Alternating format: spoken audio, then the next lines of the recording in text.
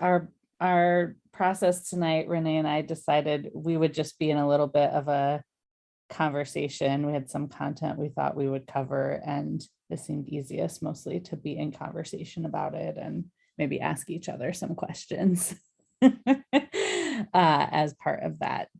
But to just frame a bit of the conversation about boundaries. When I think about boundaries, I think about my capacity to be able to say yes and no, both yes and no, and maybe, but yes and no in particular. And I really think about how, not just how challenging that is to do interpersonally, but like what is the cultural context that makes it even more challenging to say yes and no right now. So when Renee and I were first started talking about doing this in Alphabet Sangha a couple weeks ago, Roe v. Wade was the topic of the moment, and that pressure against being able to choose and having bodily autonomy felt really intense.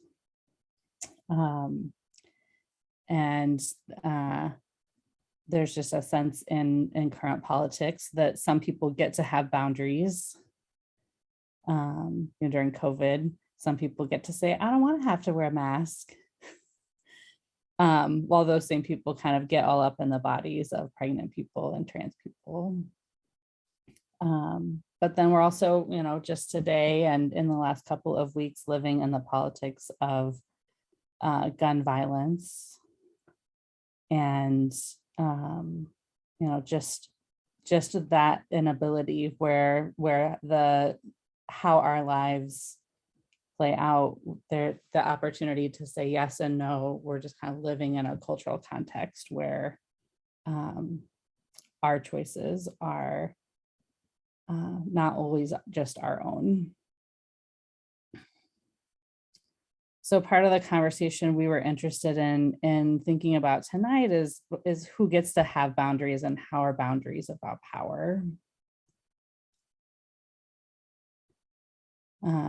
And how do we not kind of further shame ourselves when we can't set boundaries in settings where we're really limited in our power?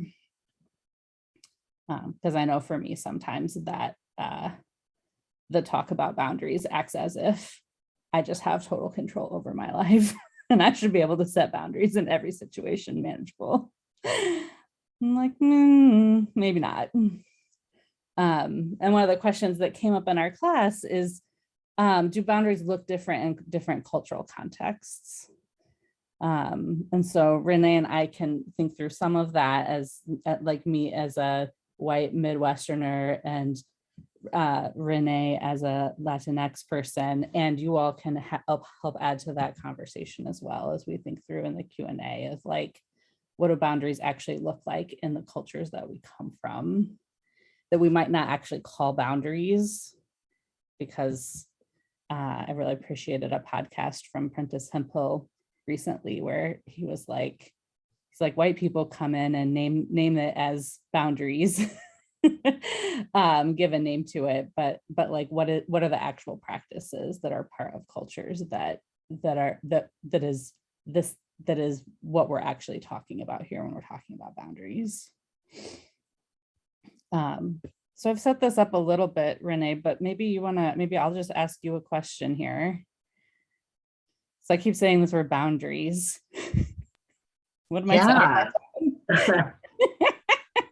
Well, I'm curious, Dawn, if you contextualize a little bit, just like for yourself, that this is a way you embody this as just the ability to say yes and no. And I would add in maybe, and I changed my mind as part of that set of things that I can feel access to in my body. But I also am curious just how you would define boundaries. How I would define boundaries. I feel like I would define boundaries as being able to state my needs clearly so I can stay in relationship with myself and another person. And often it's like when my needs are going against some kind of cultural norm or the requests of others is when I need to notice what my boundaries are or my limits are and be able to express them. So that's often when I need to notice and state my boundaries more clearly. Mhm. Yeah. I'm curious if you have a Resonates. definition or something you would add to that. Yeah, well, I feel like I can't share enough times the definition that Prentice Hemphill offers. That boundaries are the distance at which I can love both you and me simultaneously. And that's been like such a helpful definition for me to think about boundaries as a very dynamic space, constantly changing. And that it really is about bringing my attention to, to my own needs, to how much like intimacy or space I need in a particular relationship at a particular time. Also attending to both my needs and taking in information about the needs of others. And sometimes it's more complex than just into two people. Like I feel like one thing that's really shown up in my family has been that I might be thinking about the boundaries between me and another person. For instance, I'm thinking of like my father in the last few years of his life. I was very mindful of the boundaries I needed to be in relationship with him as a challenging, narcissistic person.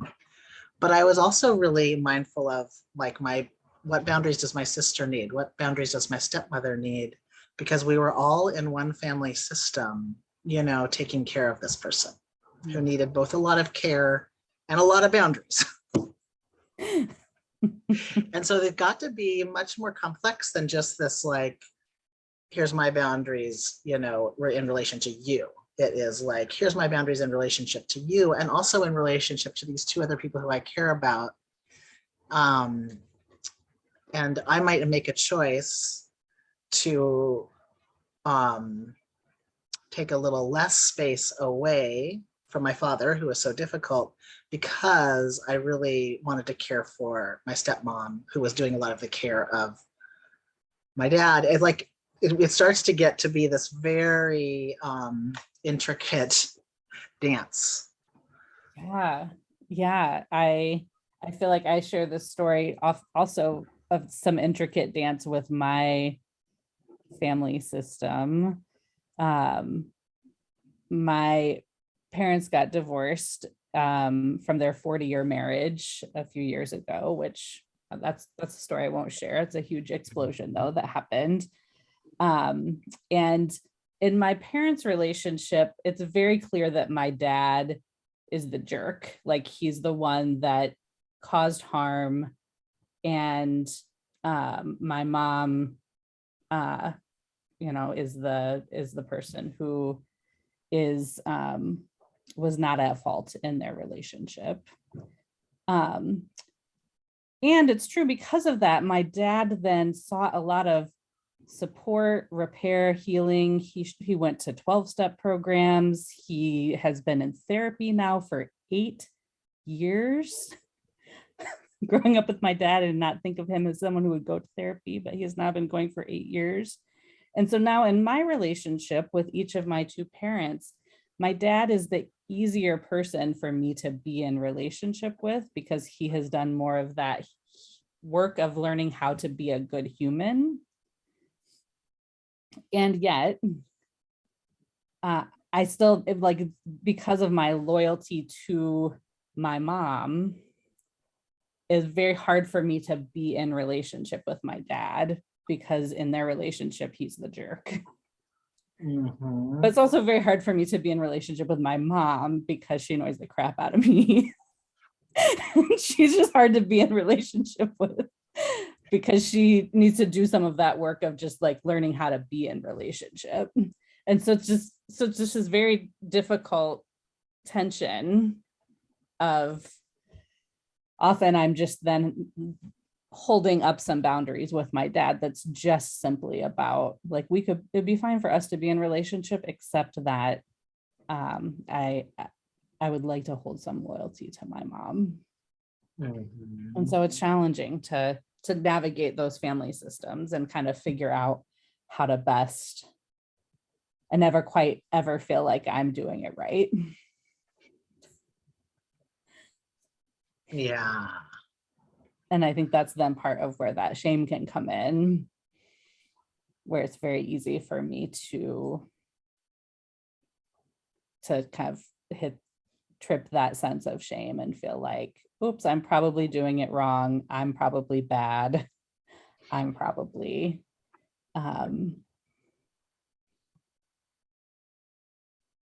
yeah, there's some way that there's sort of no pathway forward in which I could be doing this in a good way. Yeah, I love that point about like, how does shame slip in and sometimes keep us from having the boundaries that we might need in a relationship, or within a family system. And as I was reflecting, we kind of had prepared some questions, and this one question that's interesting always to me is, what is it that keeps me from having the boundaries I need in relationships? Again, this like going back to Prentice Hemphill, like that space that I need to love myself and love the other person at the same time. And one thing that I notice happens to me over and over, and this happens more in like intimate relationships, like dating and romantic relationships, where I might need a little bit more space, and there's this voice that comes up that's like, well, that's because you're bad or avoidant, or because you're avoiding intimacy and you need to fix that. And so then there's this way that I'm like overriding my boundaries because of this shame that like I'm doing relationships wrong. And, to be in an intimate relationship, I need to be all in. I need to be showing up in a certain way. And then what I notice is when I override my boundaries to be as available as I think I'm supposed to be, or as available as someone else is asking me to be, right? Which is a totally reasonable thing to ask. I'm actually doing harm to myself. And ultimately that's not sustainable because I'm outside of my capacity. And I think that can show up in like so many different ways, but just this piece that I've been sitting with lately has been, that shame shows up and starts to tell me I'm doing it wrong. And so that's the piece that will sometimes keep me from asking for, or just saying, this is what I need, or negotiating, making requests around what would work for me. The shame just gets in the way. Yeah. And before I know it, I've like been overriding myself, abandoning myself, and then everything seems so overwhelming that I'm just like, I got to get out of here, and yeah, so just noticing like, oh wow, that is an intense cycle that happens. And the shame is like this voice saying, you need to show up, you need to be better, and it ultimately has the result that I harm both myself and often cause distress to others when I'm not taking care of myself in the way that I need to. Then I can't show up for another person. Well, and it's part of what I really loved about your meditation offering being about a lot of friendliness and compassion towards ourselves being an essential part of boundary practice for those of us who are in Alphabet Sangha, who are in contexts where we have, I don't know about you all, but I'm thinking most of us have grown up in contexts where we have some conditioning to not love ourselves. And yet that sense of care for ourselves is an essential part of boundary practice, so that we're not running over ourselves to try to meet the other person's needs. Yeah, that conditioning of like, I'm wrong goes very deep and is very connected to, for me at least, to the ways that I got told I was wrong or just shown that I was wrong around my gender when I was a little kid. Like those things are so interconnected. Yeah. Yeah. And I'm curious for you, what do you notice in the things that keep you from setting the boundaries or making the requests that you need? Well, I think similarly, it's like, I feel like I'm so conditioned to not be able to say what I need, that feels like a way that I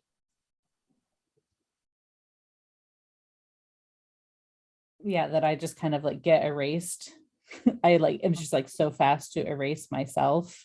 I feel very, it's like in my cultural conditioning as a Midwesterner to just kind of, we just kind of don't have needs, at least not ones that we speak out loud. We're just like, oh, that's fine. No big deal. Don't mind me. I'll just be over here. Don't pay attention to me. And it's not actually a helpful way to be in relationship, because I am actually a person who has needs. And I do actually find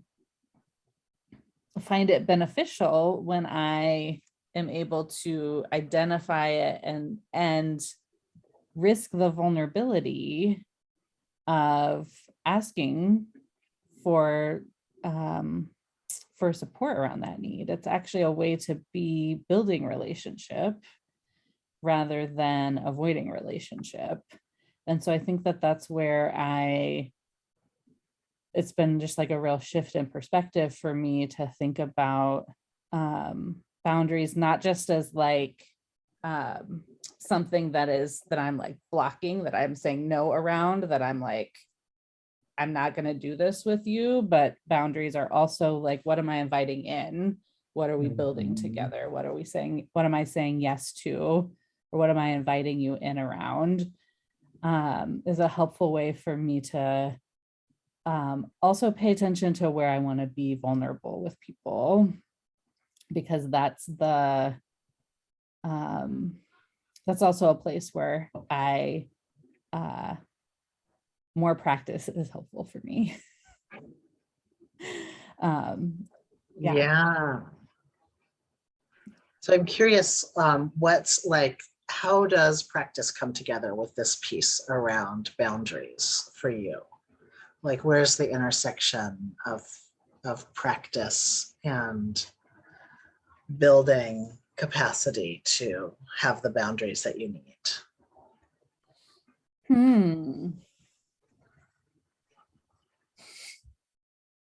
I'm like, I don't know if it does right now. It's my like straightforward answer. That's unfair to myself, really. But that's my just like, I'm like, oh, I don't know. But I feel like in many ways, in saying that, I think that there's a space where it's important to be kind, that boundaries,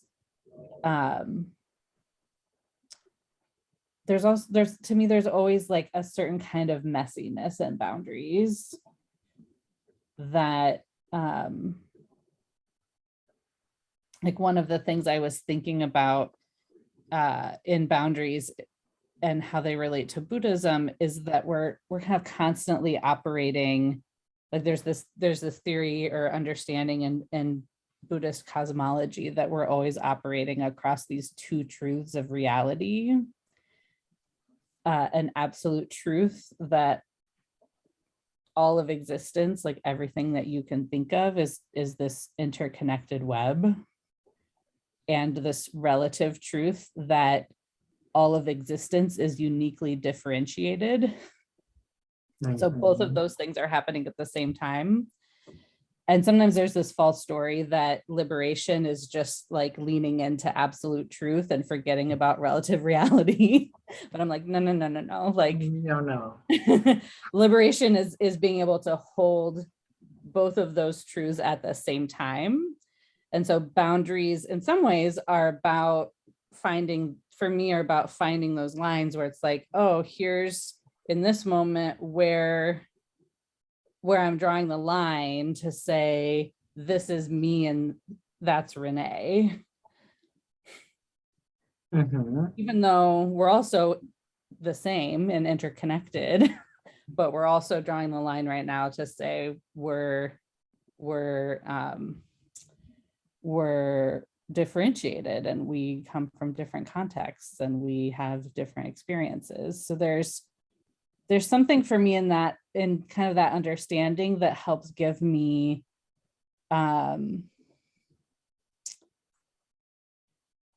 more grace that boundaries are kind of always moving and they're not like a line that you draw and then you're just like, great, this is the boundary, check, done.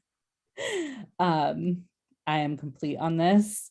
It's sort of intended to be something where I'm like, oh, here's the line we're drawing now. And then 10 minutes from now, it's moving. And then tomorrow it's going to look different, in part because it's this negotiation of this absolute and relative truth. And making sense of that in an ongoing way, I think is part of what's helping me have more grace in my own practice with boundaries. Is, to just be like, oh, right, this is about understanding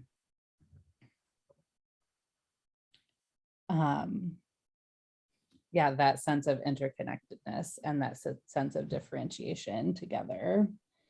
So I'm curious if you have a more concrete answer than me on boundary practice. Right. I do have like a way that I'm practicing with it right now. And I have been particularly like tracking, I would say. The thing that I've been tracking on is aliveness, like tracking my own aliveness and tracking how much I feel in connection with others' aliveness. And I don't know, this is not a Buddhist term, aliveness. There's no Pali word for it, but maybe there is a Pali word. I don't know it. I learned there's a Pali word for boundaries this week. Oh my God. Sima.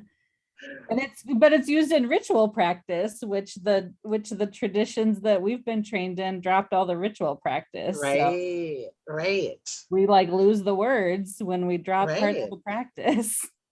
Yeah, I want to learn more about that. Yes. Well, so the thing I've been tracking on is this piece of like noticing my own aliveness when I am with others, and noticing when I shut down my aliveness. And like sometimes I'm over boundarying because I get overwhelmed. And this is partly just being a highly sensitive person and an introvert.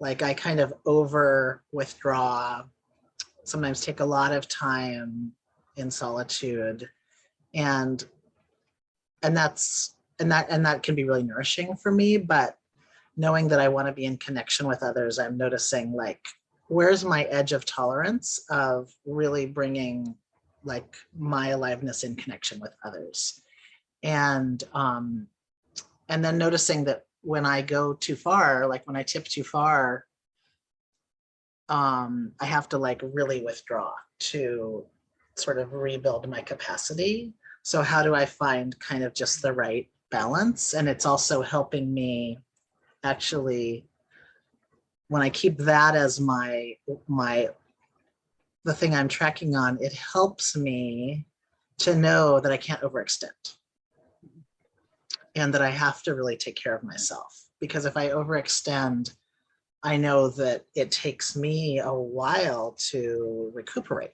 Mhm. So it's just been a helpful awareness practice for me around, specifically around boundaries, and helping me to really understand that protecting my energy, protecting my little sensitive system, my tender little sensitive being, is how I can actually be in connection with others and have more connection, more aliveness, more intimacy. So that's been my practice for, been working on this for like 6 months or so, and it's been really rich.